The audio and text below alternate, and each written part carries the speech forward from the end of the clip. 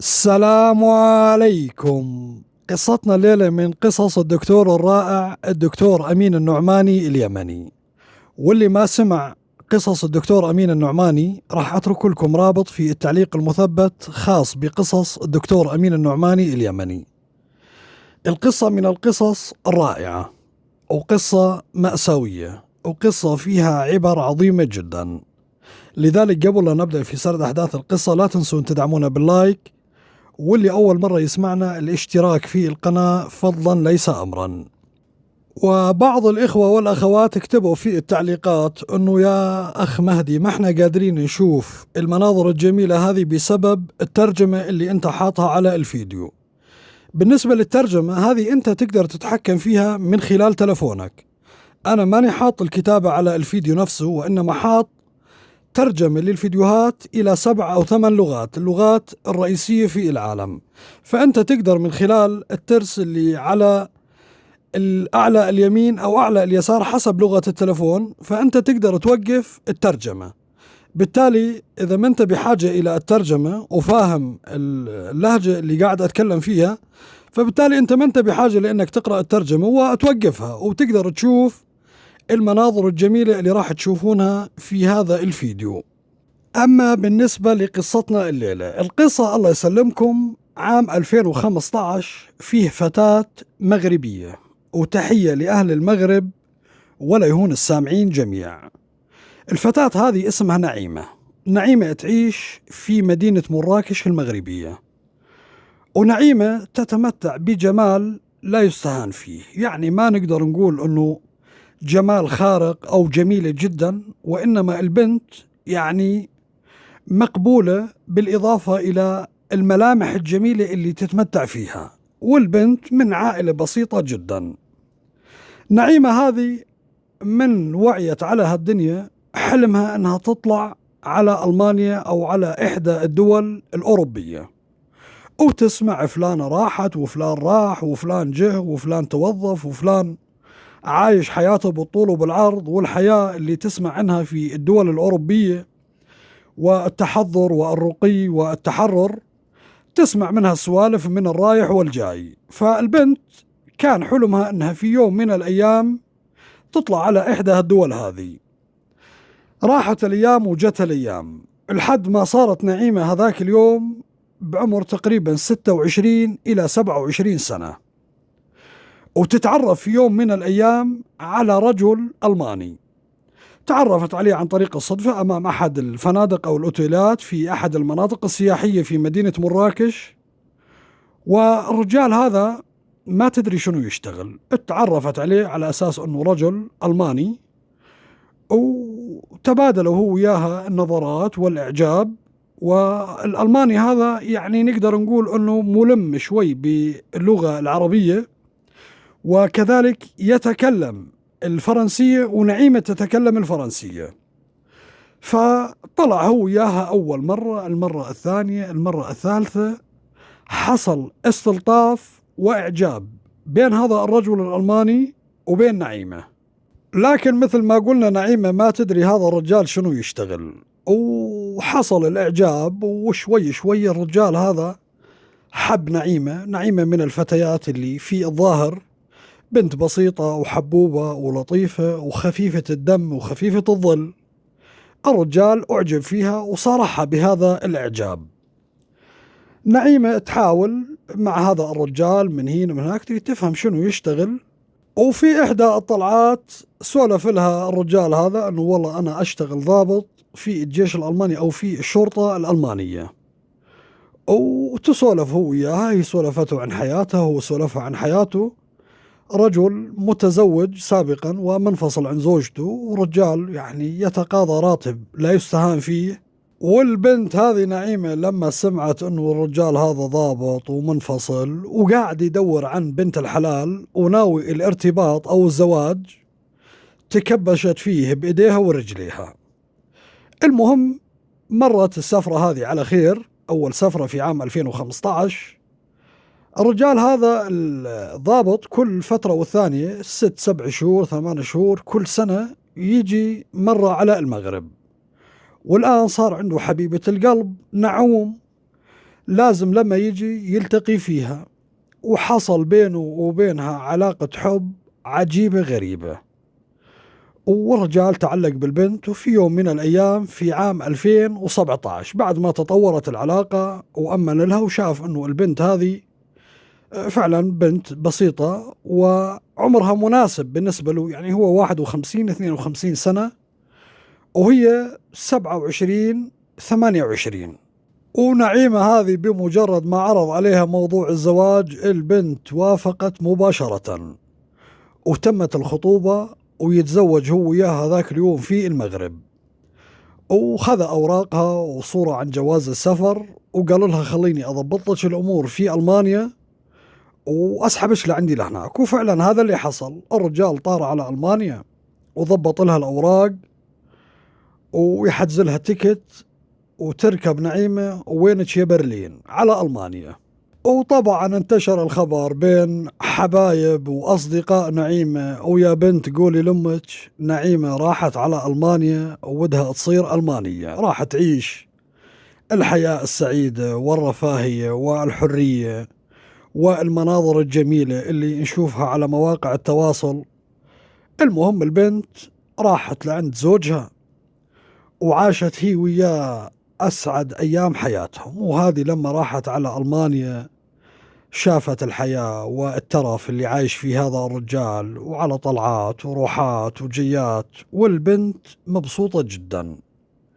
لكن نعيمة سبب ارتباطها بهذا الرجل ما هو محبة فيه ولا محبة بالمنصب اللي هو فيه ولا محبة بالفلوس اللي عنده، وإنما البنت كانت ناوية أنها تحصل على الجنسية الألمانية، هذا همها الوحيد.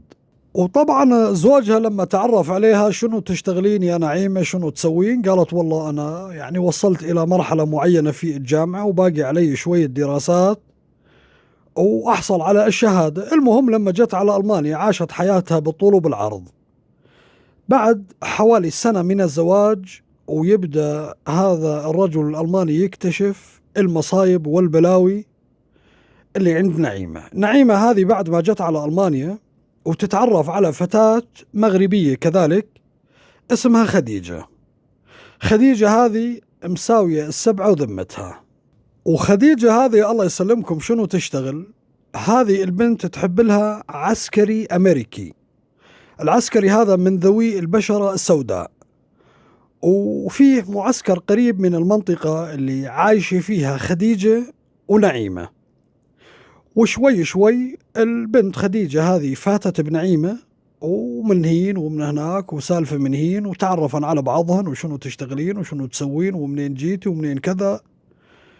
البنت نعيمة كان عندها ماضي ما هو زين في المغرب، البنت عندها علاقات متعددة ونقدر انها تشتغل مثل ما يقول المحقق بهاء الدين الخوجة من جماعة بهائم الليل او الفتيات اللي يتاجرن بجسدهن. المهم لما تعرفت خديجة على نعيمة مثل ما نقول طنجرة ولقت غطاها، وشوي شوي صارت خدوج تعرف نعومة هذه على أصدقائها وزملائها. خديجة كان يأخذها هذا العسكري الأمريكي لعنده على المعسكر ويعيش هو وياها حياته، يطلع هو وياها في الويكاند اللي هي العطلة نهاية الأسبوع.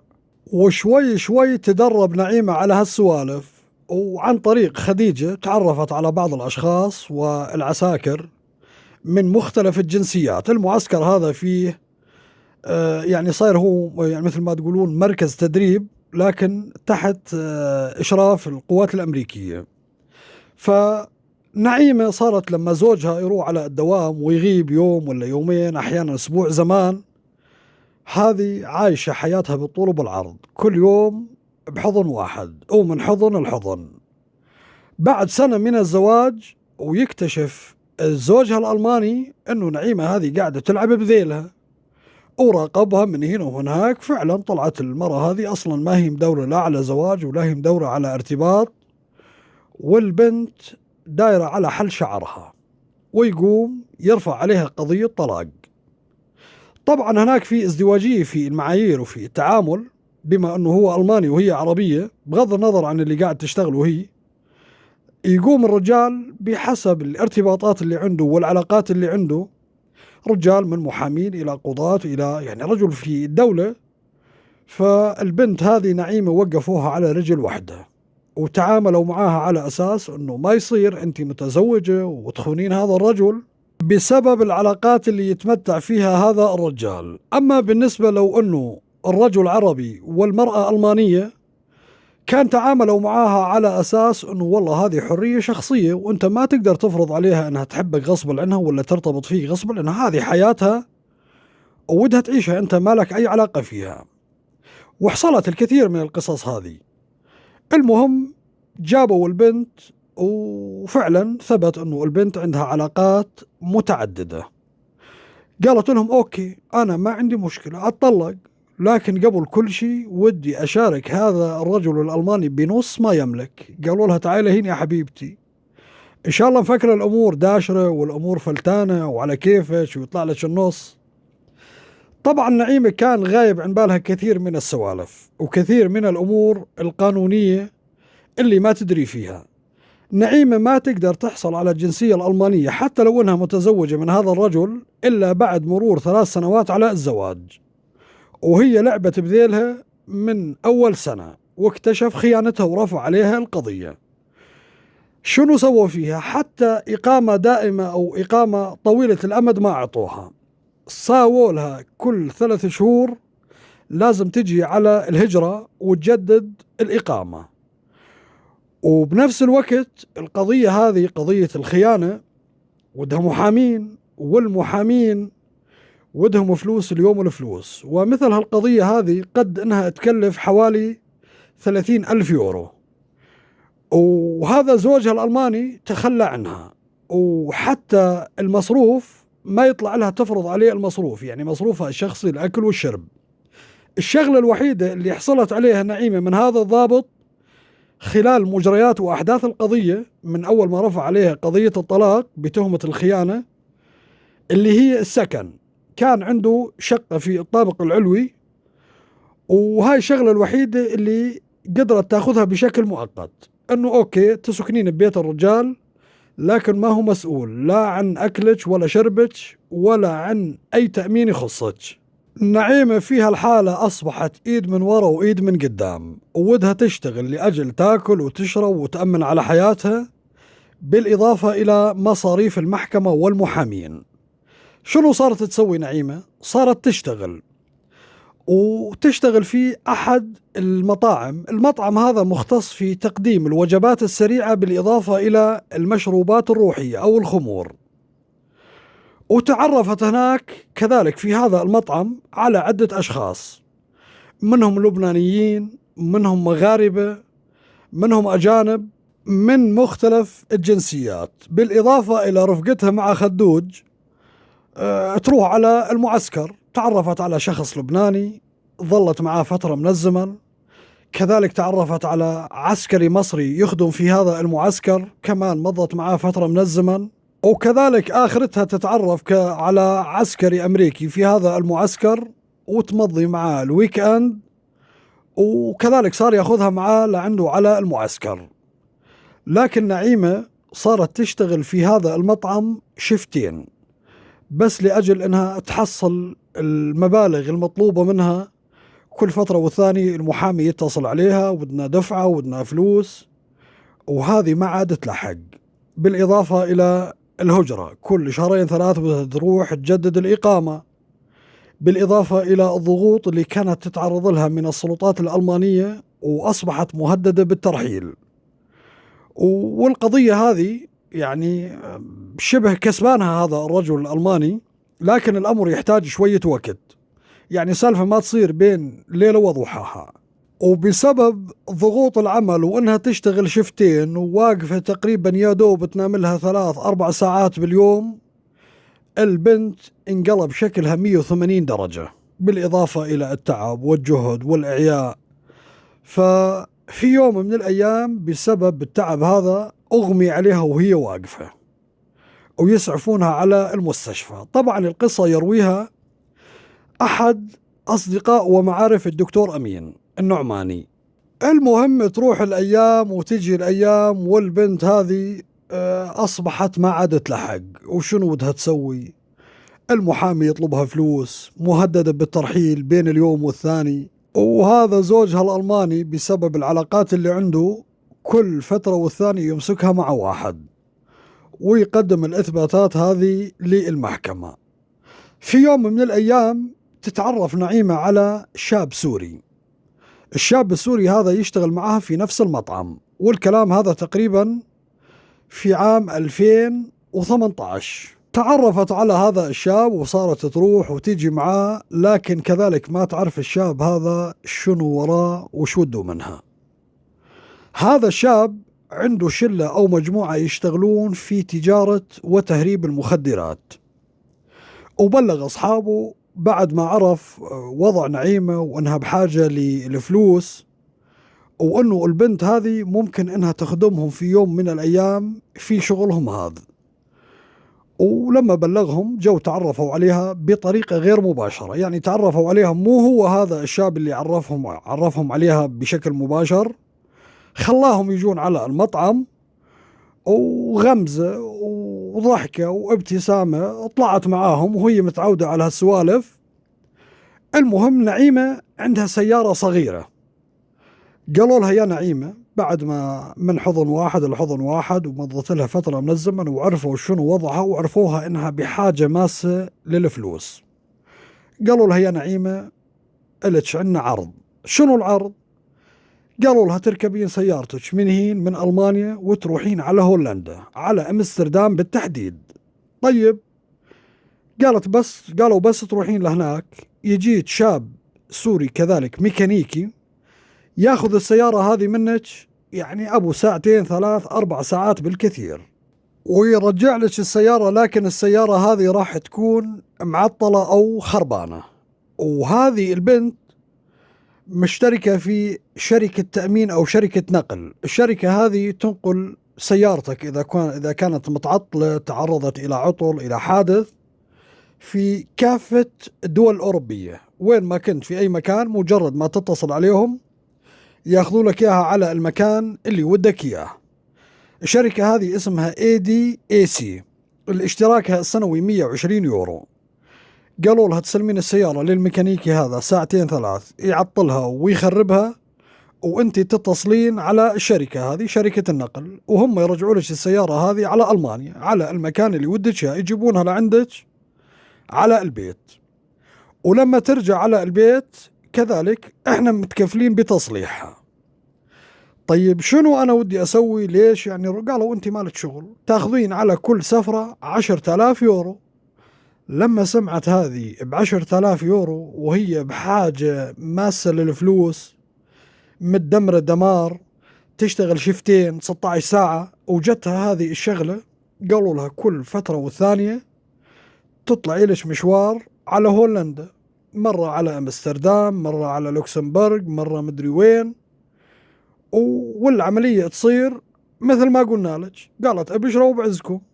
وفعلا بدت البنت هذه تركب هالسيارة، يحددوا لها الوقت وتطلع على أمستردام على هولندا، توصل إلى مكان معين، تتواصل أو يتواصل معها هذا الميكانيكي السوري، يستلم السيارة ساعتين 3 ويقولها الآن السيارة جاهزة. تصلي على شركة النقل هذه، تتصل على الشركة تقول لهم والله السيارة خربانة، يحاولون يصلحونها. الميكانيكي هذا شاطر ويسوي فيها حركة ما يقدرون يكتشفونها، وتقولهم خلاص يعني ما قدرتوا تصلحونها وصلوا لي إياها للبيت، تعطيهم العنوان اللي ودها إياه، ويقومون الشركة هذول ينقلوا لها السيارة على المكان اللي ودها إياه. أول مشوار انفضت 10,000 يورو، المشوار الثاني كذلك 10,000 يورو، المشوار الثالث كمان 10,000. البنت كيفت وانبسطت، بالإضافة إلى عملها في المطعم هذا. لكن شنو كانت تسوي؟ الفلوس اللي تحصل عليها من العصابة هذه ما تحطها في البنك، وإنما كانت تحطها في البيت، لأنه راح يقولوا لها من وين المبالغ هذه، من أين لك هذا.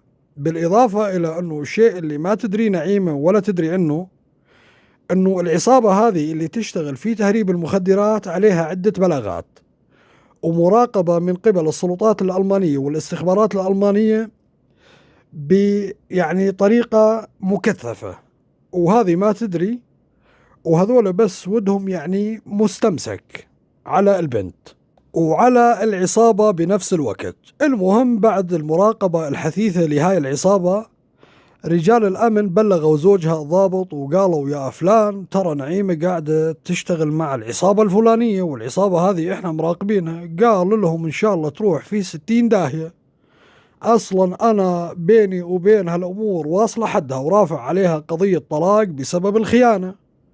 امسكوها وسووا اللي ودكم إياه فيها، بس خليني أخلص منها، أنا أصلا ودي شغلة علشان أخلص منها بأسرع وقت. قالوا أوكي، ويبدون يراقبون نعيمة مراقبة مكثفة، وين تروح وين تجي.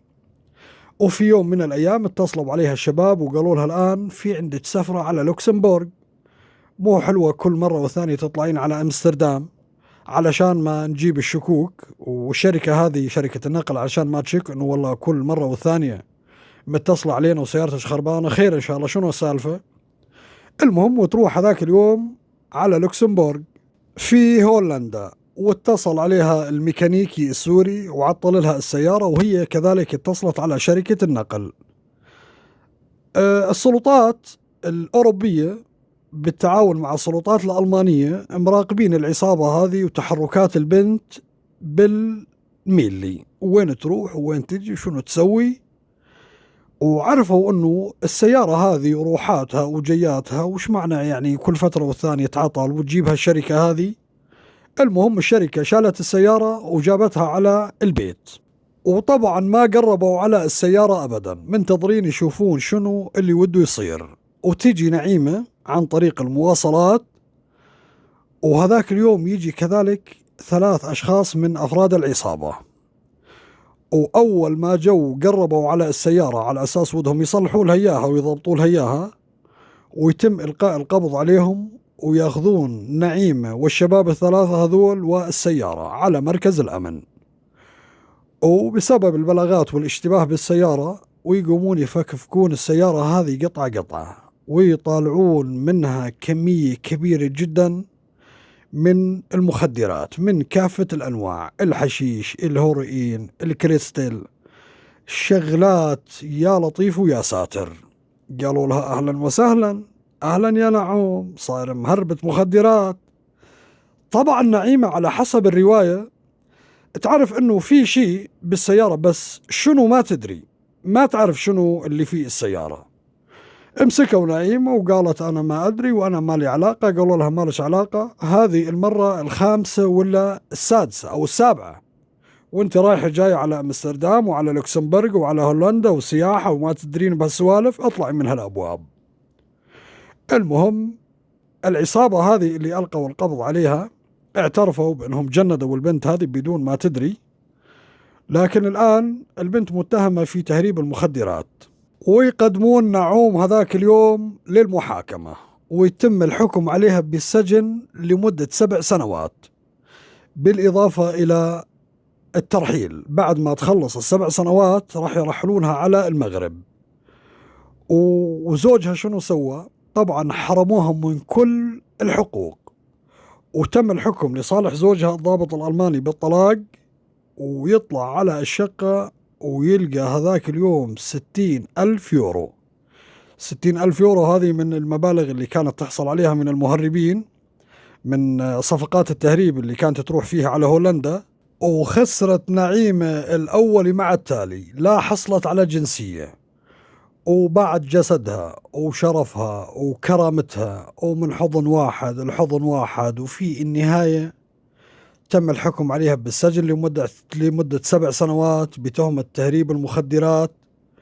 أما بالنسبة خديجة اللي عرفتها على هالسوالف ودربتها، خدوج هذه مثل ما قلنا كانت تحب لها عسكري أمريكي في المعسكر، وكان وعدها في الزواج، ويتزوج هو وياها هذاك اليوم ويطلعون على أمريكا.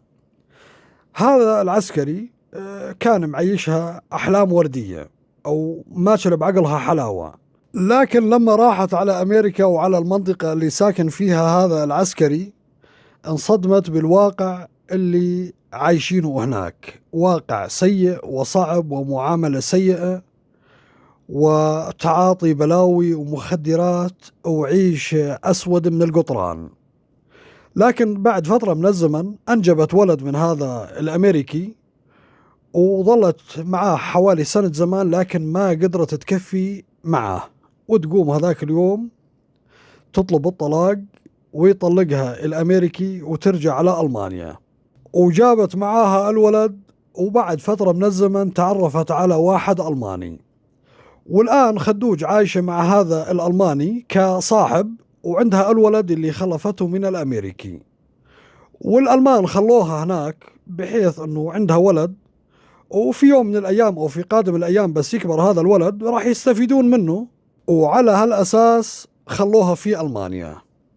كانت هذه نهاية القصة. القصة طبعا فيها الكثير والكثير من العبر اللي نستخلصها، وخصوصا بالنسبة للأشخاص الإخوان والأخوات اللي عايشين في الدول الأوروبية واللي يعرفون الواقع الصعب هذا، بالإضافة إلى البعض اللي يفكرون يطلعون على أوروبا.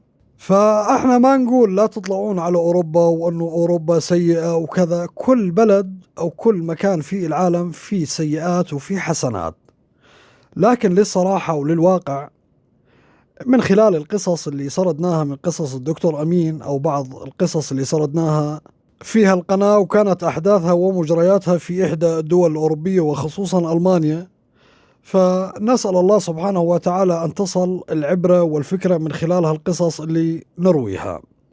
في النهاية لا تنسون الاشتراك في القناة، ولا تنسون الدعاء للدكتور أمين بالتوفيق والسداد.